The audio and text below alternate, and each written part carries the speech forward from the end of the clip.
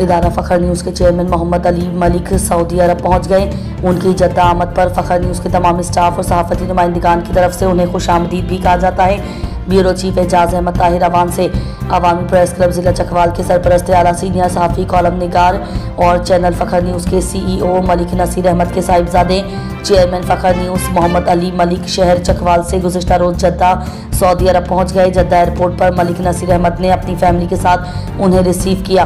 Fakhar news की team की तरफ से चेयरमैन मोहम्मद अली मलिक को मुक़द्दस सरज़मीन पर ढेर सारी दुआओं के साथ खुशामदीद और दिल की अता गहराइयों से अहलन व सहलन कहा जाता है। जद्दा में अब इदारे फ़खर न्यूज़ की 2 अहम शख्सियात की मौजूदगी से और उनके दीगर उमूर के साथ साथ इदारा फ़खर न्यूज़ की कारकर्दगी, परफॉर्मेंस और सहाफ़ती सरगर्मियों में एक नई जिद्दत और तब्दीली भी ज़रूर सामने आएगी।